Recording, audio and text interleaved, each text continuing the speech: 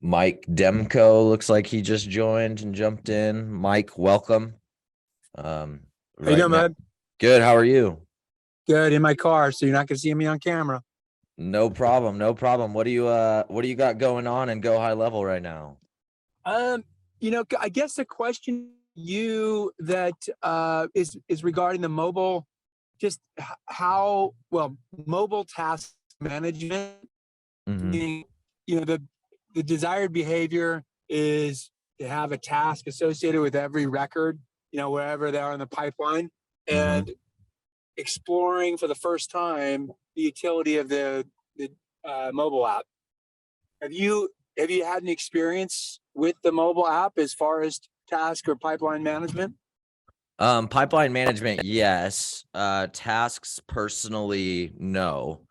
Um, do you have something in particular that you've come across?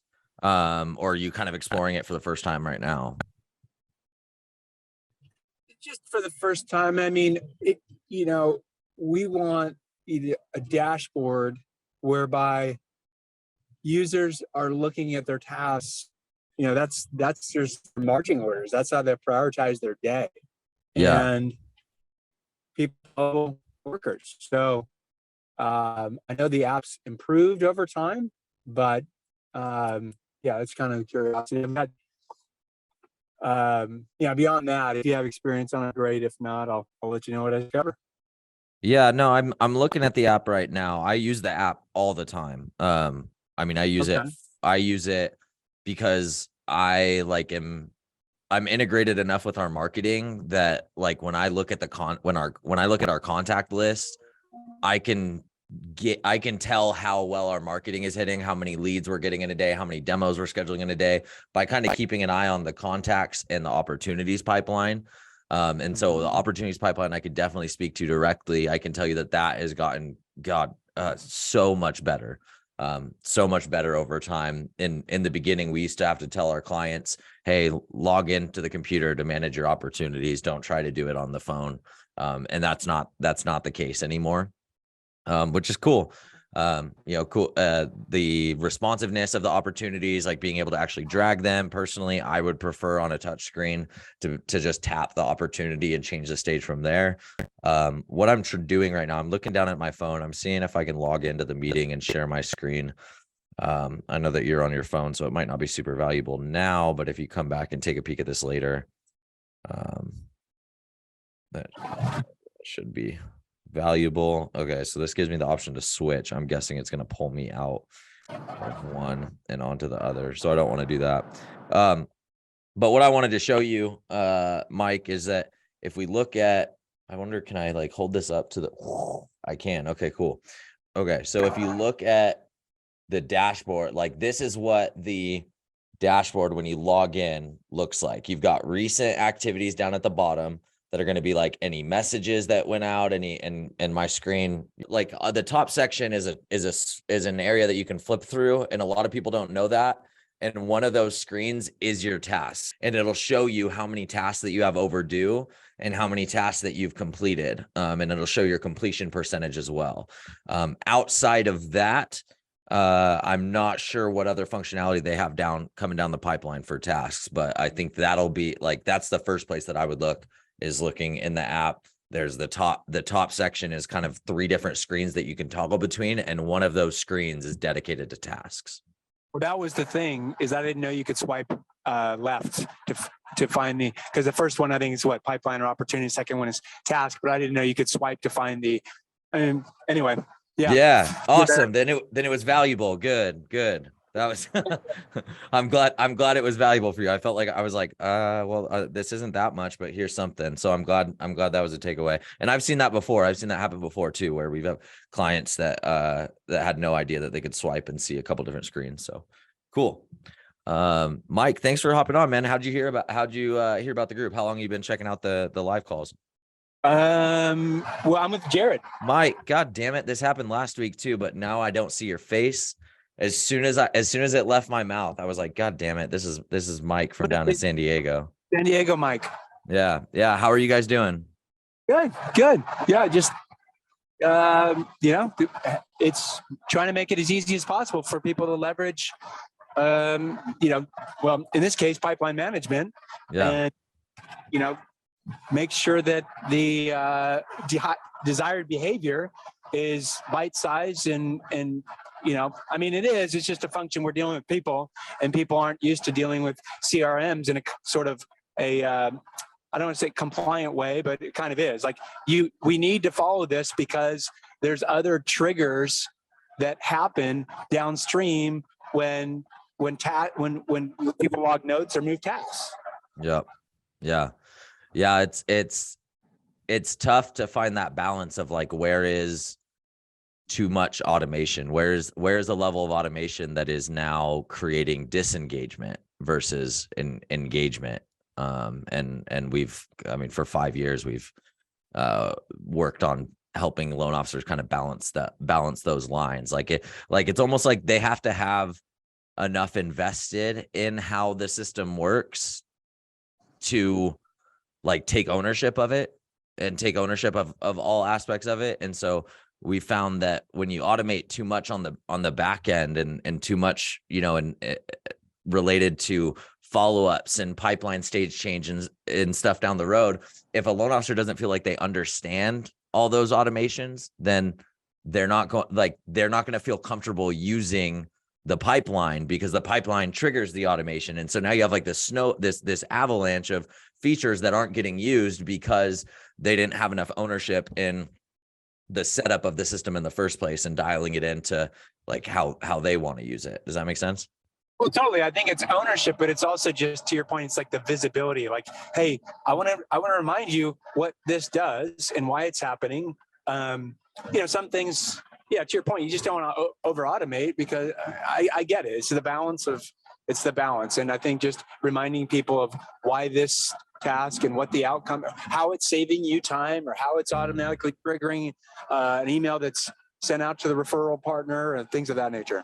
Yeah. I mean, at the end of the day, that like Go HighLevel can help you do all the things that you should be doing as a loan officer that you probably aren't. And it's just a matter of getting them on board with seeing that and trusting. I mean, I feel like there's a lot, me personally as a loan officer, if somebody would have told me like, hey, show up, do these activities this way every time, and it wasn't super subjective. It wasn't like just, hey, go out and call real estate agents and get them to send you business. But if it was a clear, explicit path, hey, the first meeting you do this and you talk about this, the second meeting you do this and you talk about this, and then you come back to your CRM and you click this, and then this happens. I don't know. I feel like I would have totally been down. I've always said that, like, even with Empower, like if somebody can come in here and lead this company better than me, dude, I would fall in line right away. I would fall, like the amount of responsibility that I feel. I'm sorry, I'm trying to get this fucking screen out of the corner there.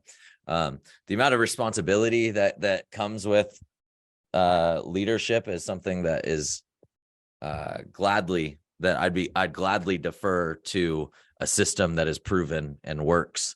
And I feel like there's a lot of loan officers in the same boat. It's just getting them to what you were saying earlier, to your point, like getting them to see that and getting them to like buy in for enough time to see the positive feedback from doing the right activities, I guess. Well, I don't know how many, I can't hear who else is on this call. Are there other folks joining this call right now, or is it just you and I chatting? No, Megan, I got Megan and Roy on board, and then a couple of our team, a couple of people from our team as well. Just a last comment, because it's a function of, you can build a rocket ship, and that's what Jared and I are doing, and that is, it appeals to people that are truly dedicated to a wow partner experience. Like, hey, when you'll see how many times we contacted that borrower in a report that's kicked out to you in an email on a weekly basis, right? So that automation's happening, so that referral partners like, wow, this team is absolutely amazing.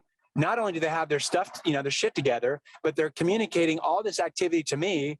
And so it becomes a huge selling point in that initial meeting and subsequent meetings with prospective referral partners. Like, this is how we work, not only to manage our own pipeline, but to keep you, the borrower, updated so that you have a comfort level that there's no leaky funnel, nothing slips through the cracks.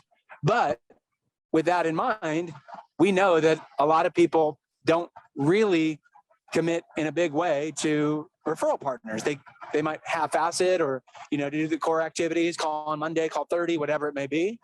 So it's really, we can build something that is super powerful. And then I say to Jared, hey, let's keep in mind that we have to make sure that a lot of this stuff and the onboarding and the utility of it appeals more to a broader user base, not the power user. Yeah. No, if you can have a solution for both, then awesome. But yeah, you're 100% right. And that's something that we find as we talk to, people like you and Jared that are building their own, their own version of Go HighLevel. That's something that we run into often is,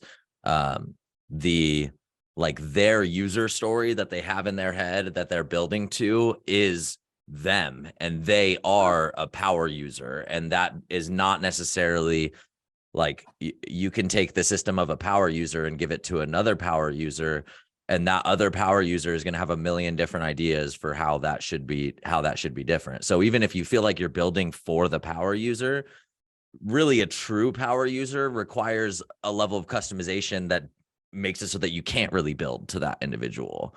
Totally agree. And that's tough. That's the tough aspect of it. So how do you build a tool that puts loan officers in a position to succeed, but doesn't necessarily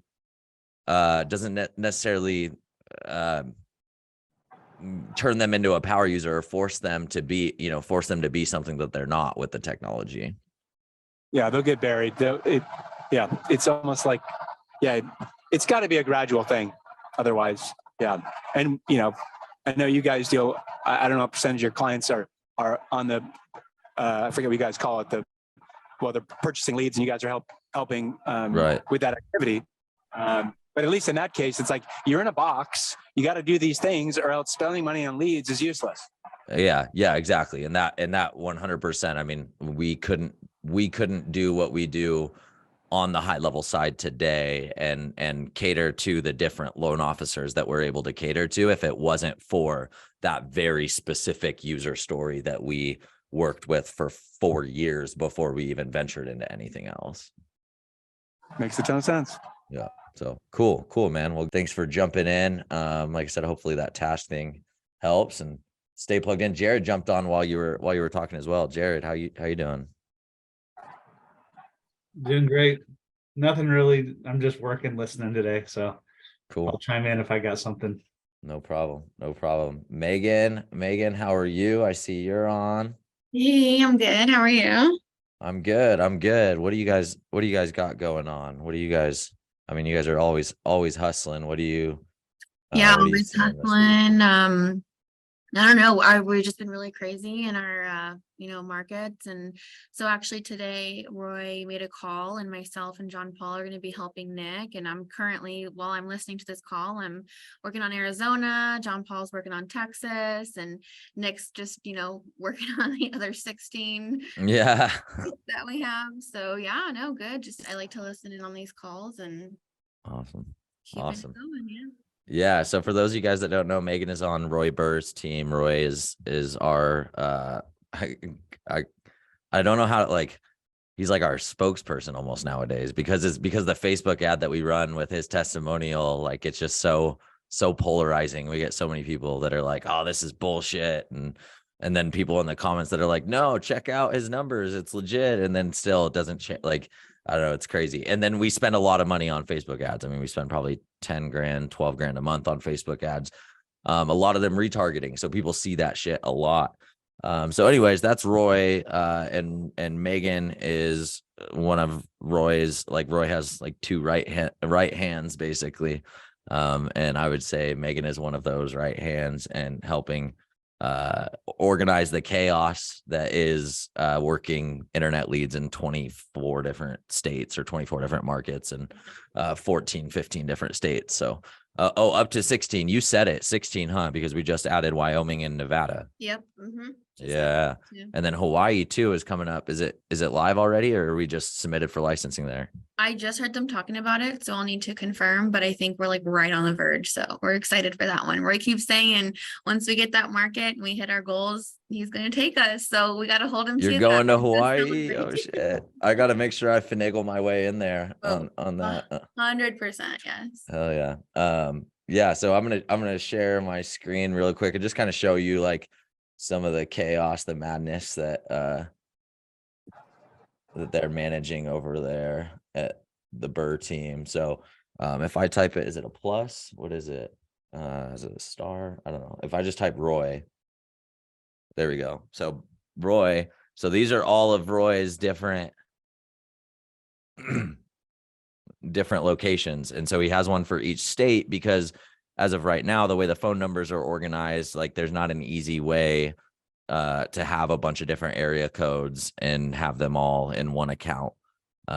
That's one thing that they just still haven't figured out really. And so we've got different sub accounts, but that's what's cool about one of the cool things about HighLevel is how easy it is to toggle between the sub accounts, right? I mean, now granted, that has been an issue in the past where with the amount of volume that Roy's team does and the amount of different accounts that they have, the toggling between them has created issues and like loading content and if I go from Nevada to New Mexico really quick, some of the conversations will load and some of them won't, and then you can tell that it hasn't switched over fully and we'd have to hold shift and then a hard reset, and it really fucking annoying. To my knowledge, that's getting better. Is that Megan, can you speak to that? Definitely getting better. Yeah. And I think, the second we find something like that, obviously we let you guys know right away. And then you're like, okay, well, make sure to clear this or refresh this, or, you do your fixes on the back end. And then it really has cleared up a lot. And I know we just find our success with all of our different markets. We have our tabs open so that it's like not having to refresh, like reopening them, but like refresh the tab individually. So that's helped a lot, I like that. but it definitely has gotten better for sure.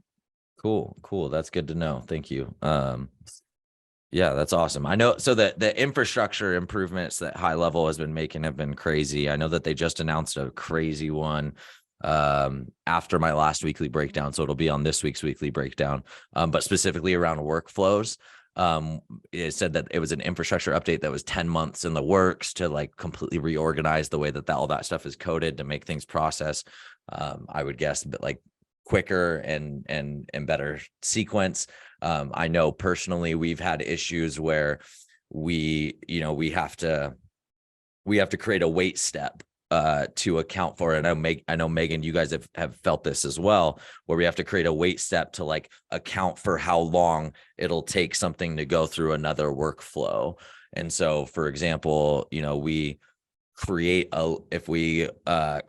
lead and update a field in one workflow, and then we want to wait until that field is updated in the other workflow before we perform a task, then we would have to add a wait list of like 30 seconds or 60 seconds or 2 minutes even in some cases to make sure that stuff got updated properly.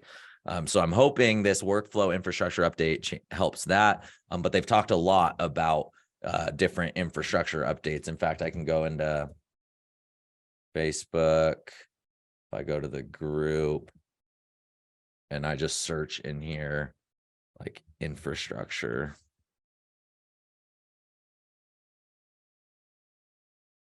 Okay, we're gonna, most recent is what we want. All right, awesome backend updates for workflows. Maybe infrastructure, maybe backend was the right way to do that. But they've done it in contacts, they've done it in lists. Backend. Oh, see, great. Now it's too much. Man, I thought I was going to show you guys something cool, but But anyways, even the weekly breakdowns, you hear me talk about it in the weekly breakdowns always. Opportunities was a couple months ago, and all of a sudden opportunities just flows like crazy, no issues whatsoever. And now we're hoping that we continue to see those improvements with workflows. All right, let's see. We got Miles, Jared. Okay, so what I was going to do in here, I haven't done this before. This is brand new. High Level hasn't announced this yet, but the ChatGPT premium workflow action is now live.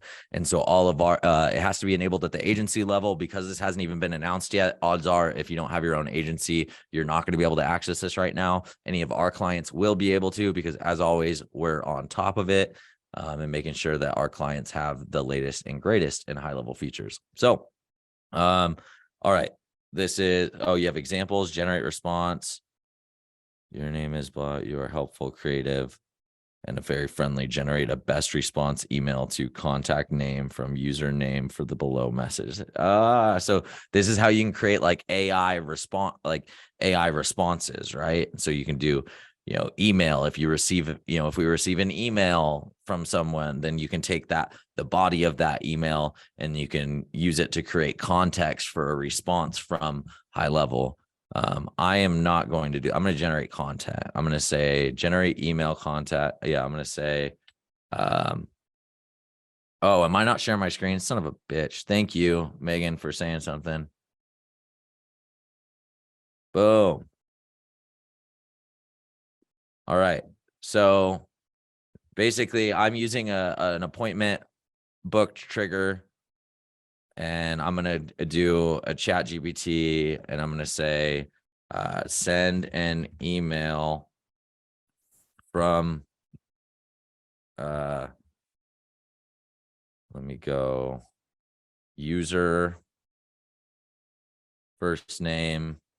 Actually, it should be the full name. From, write me an email from, Jesus Christ. Write me an email from the perspective of username, a salesperson,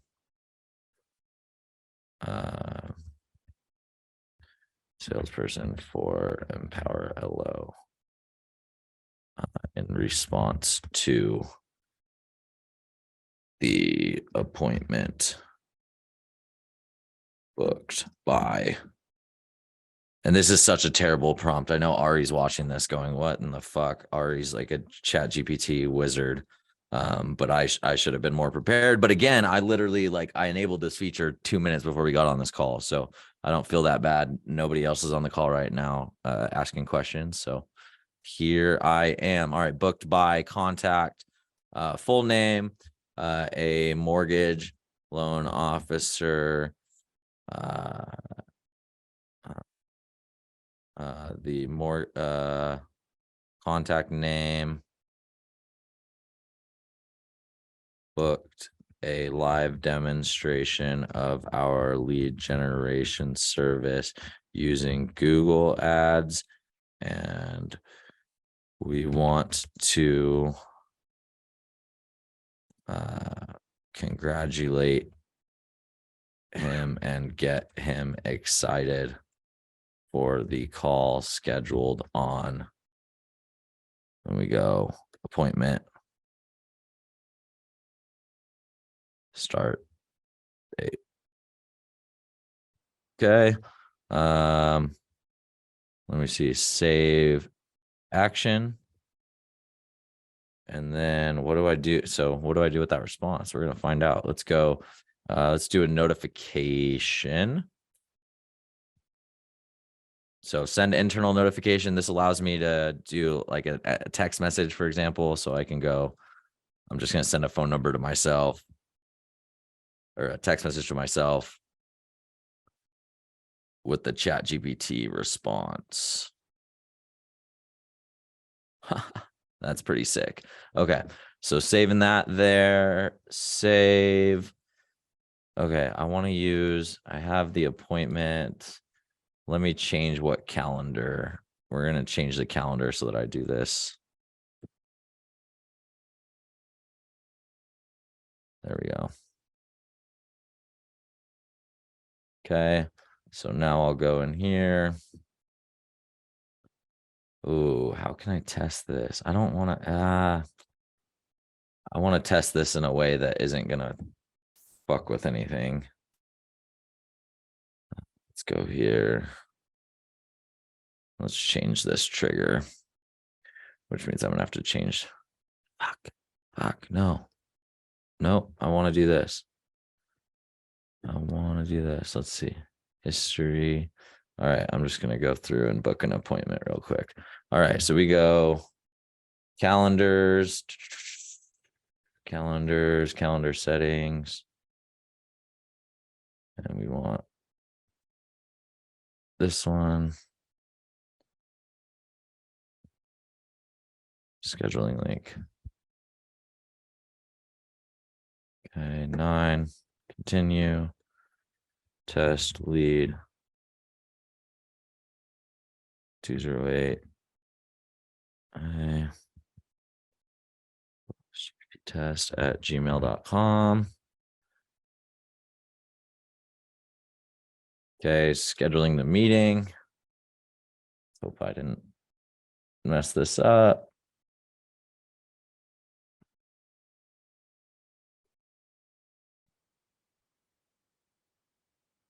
Oh, it's sending the prompt right now. We're about to see what happens. Let's see. History finished. Should be sending me a text. Hopefully with the prompt response. Unless it goes to spam.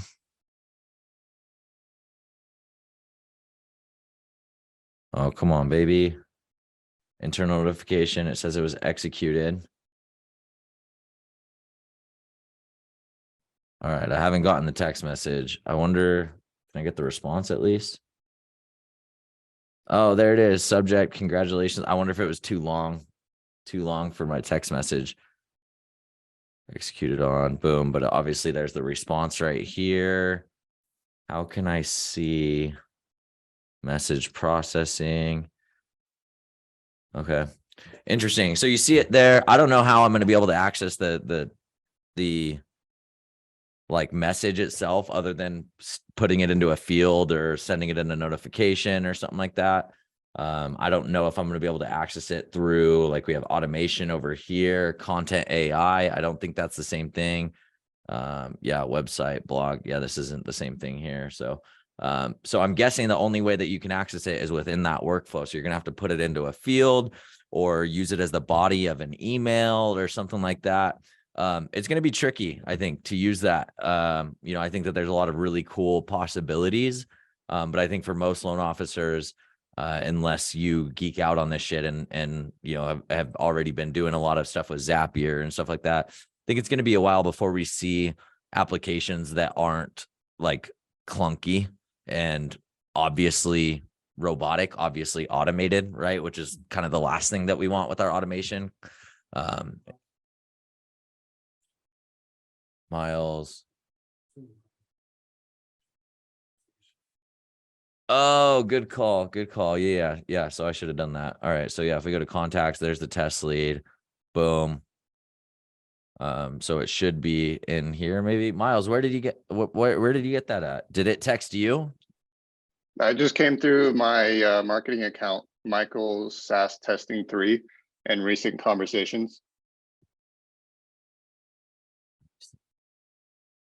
Oh, okay. I was looking at the wrong contact. Okay, there it is. I hope this email finds you well. I'm writing to congratulate you on booking a live demonstration of Empower Low's lead generation service using Google Ads. We're thrilled to help, blah, blah, blah. So all of this was generated inside of HighLevel, triggered off of an automation. It pretty fucking sick. Like, I don't care if you plan on using this for anything. Like, that's cool. That's really cool. And we do. And I think that we will see us using this for our loan officers more and more. It's just a matter of getting the time, and getting loan officers that are focused on wanting to leverage these different features and tools, which is why it's cool to have Megan on here. Because I know Megan's wheels are always turning for Roy's team. And when I go out to Tucson or they come out here, we're always finding new ways to level up their game. But anybody who has ideas on how they're going to use this, or ideas on how we can use this, or, you know, things that they want to see attempted with this. Yeah. Let's check it out, reach out. Let's play with it. I think this is really cool. Again, it hasn't even been announced yet. So play around with it. Let me know what you think. Anyways, with that being said, guys, thank you for watching. Jump on, if you're watching this on replay, jump on live, because all the questions that you have in your head around what you can do, what you can't do, how something can be done, all those questions, they don't do anybody any good in your head. But if you come on to the call, you ask them here, my time is yours, right? The floor is yours. You see, we're a couple months into running these, and every once in a while we get busy enough that we have to kind of cut off towards the end. But for the most part, anybody who shows up is getting their questions answered, and they're getting a deep dive into new applications, new ways of leveraging this amazing tool.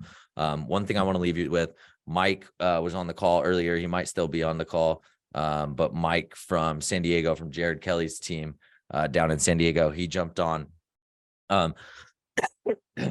And a thought came to my mind that, like, I didn't articulate while he was still on the call, but I have said it before, which is the LOs that are going to be most successful with this platform are going to be LOs that see this as a platform that they can build their entire business around. What brought this into my thought process today, and when Mike was talking, when he was talking about how the expertise that a loan officer gains from using this system can be used as a value proposition as they work with other agents. Not only the expertise, but the automations, the level of follow-up, the level of follow through, right? The fact that anytime a lead, you've heard agents talk about the lender partners that they have, that it's like, oh, when I send them a lead, man, I never have to think about it again. I know that if there's an opportunity to close a loan, like, that loan officer's got it. And I don't know if you've heard that value proposition out in the market, but I sure have. And I never got the feeling of like, oh, I could do that. I never got the feeling of like, oh, that's me for sure. I always got the feeling of like, shit, dude, they got their shit dialed in. Like, I need to be more like that. This system gives you the ability to be that loan officer, in addition to a myriad of other ways that you can add value to your partners, and a myriad of other ways that you can use this tool to grow your business. If nothing else, it should make you the loan officer that never misses a call without, texting back instantly and scheduling a follow-up call, right? And a loan officer that never lets a lead slip between the cracks. If you can be that loan officer, like, that value proposition will hold through any market conditions for sure. Especially when times are good, obviously. But then when times are bad also, like, agents are going to remember, they're going to remember like, hey, Mike doesn't drop the ball. Mike doesn't Mike doesn't, I've heard stories, I had this person I sent over to this loan officer and I completely forgot about them. And then 9 months later, I get a call from the loan officer, says they're ready to buy a house. And that just, blew them away, basically, right? Well, that's what a system like this allows you the ability to do. That's what we've been helping loan officers do for 4 or 5 years now, only with leads that they generate. Why can't we do that with agents' leads too, and use that as a value proposition? So again, the idea here, that what I'm trying to share with you, what I'm trying to almost like push on you, indoctrinate you with, is that this tool has, like, this software platform, Go HighLevel, has the ability to be the centerpiece of your business. You have the, like, this tool is powerful enough that you can make business decisions based on how well it integrates with your workflow inside of HighLevel, and you will be successful. Okay. That's how powerful this tool is. There's never been a tool out there that is that powerful when it comes to your mortgage business, ever. And I know this from experience, from somebody who has searched and turned over every possible freaking stone on the market for the last 5 years, 6 years. This is coming from somebody with that level of experience. There's never been a technology that has the capability to transform a loan officer's business more than Go HighLevel. So that being said, thank you so much for watching, for jumping into the live stream. If you were able to make it in, jump in next week and stay tuned for our weekly breakdown, which will come out at some point on Thursday, as it does every week. And as I say every week, thank you for watching. We'll see you at the top.